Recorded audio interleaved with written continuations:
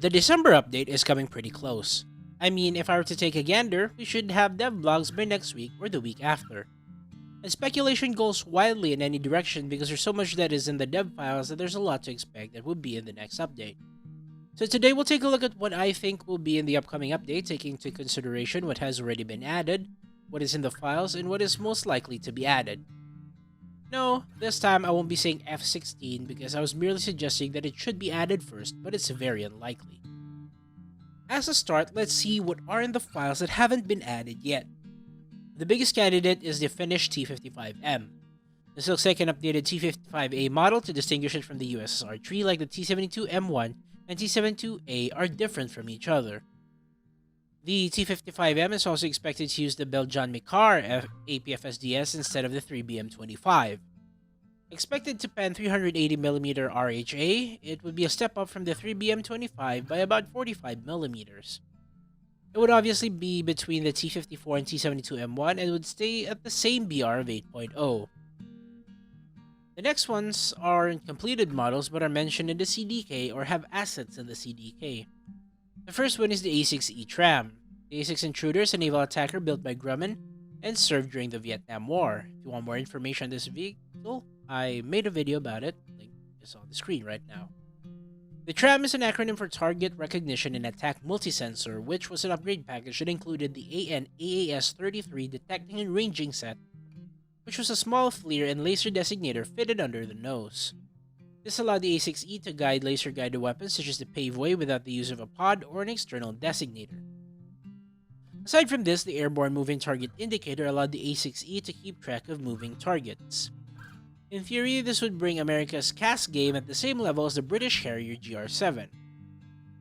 Expected to be added after the A7E with a higher BR, the expectation is that the A6E should receive the AIM-9L Sidewinder for air-to-air defense. Next up is F16, whose AOA cluster was seen in the dev files. I've done about 2 videos going in depth about the F16, so just check those out. Link on the screen shortly. Then there's the Sea Harrier FRS-1 whose cockpit instruments were seen on the CDK. The Sea Harrier FRS-1 is the first generation Sea Harrier, a navalized fighter variant of the Harrier. It could carry 2 AIM-9Ls at best and had no provisions for guided ordnance aside from the Sea Eagle anti-shipping missiles. Personally though, I don't believe we'll see the Sea Eagle anti-shipping missile just yet. Oh, and there's also the IA-58 Bukhara that was in the files back around this time last year but never showed up. Of course, this goes without saying that there might be a lot more they've hidden from us and will only show during the update, so it remains to be seen what else they have for the next update. For tanks, it's a bit of a toss-up really. America received its 4th 120mm Abrams in the form of the SEP, along with Japan with its TKX and Sweden with its 3rd with the Finnish 2A6. British Ground Forces already has 4 Challenger 2s, and USSR has 4 top-tier tanks, the T-80U, T-80BVM, T-72B3, and T-90A is part of their lineup, which leaves Germany 2 MBTs behind, not counting squadron vehicles. I've got no indication that Germany would get new top-tier MBTs, so I wouldn't really expect it. What we could look out for are the Strela 10, whose missiles were found in the dev file, specifically the 9M37M variant, which makes it likely that USSR is finally getting an SPAA between the Shilka and the Tunguska.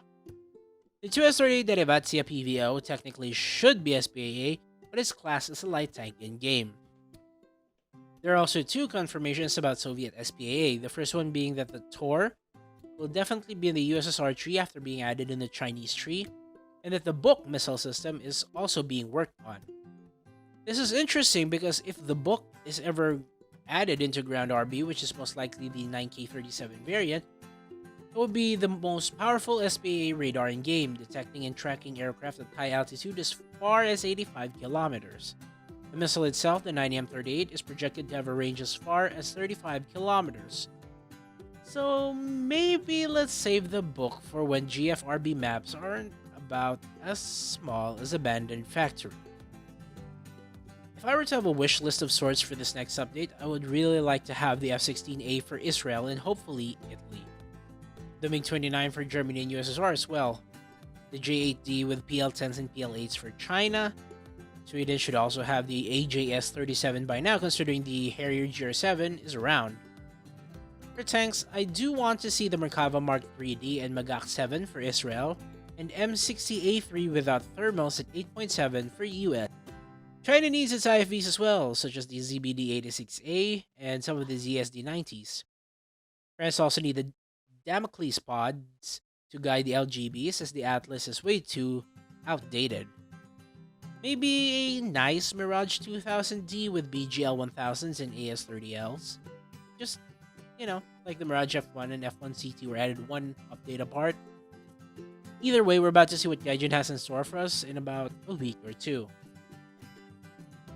Well, thanks for watching. This one's a pretty short video because someone suggested it, and honestly, I'm too lazy to edit my Drunk Thunder video that I hope I can get around to. Thanks for watching. Remember to like and subscribe. This is the Dr. MD. Godspeed.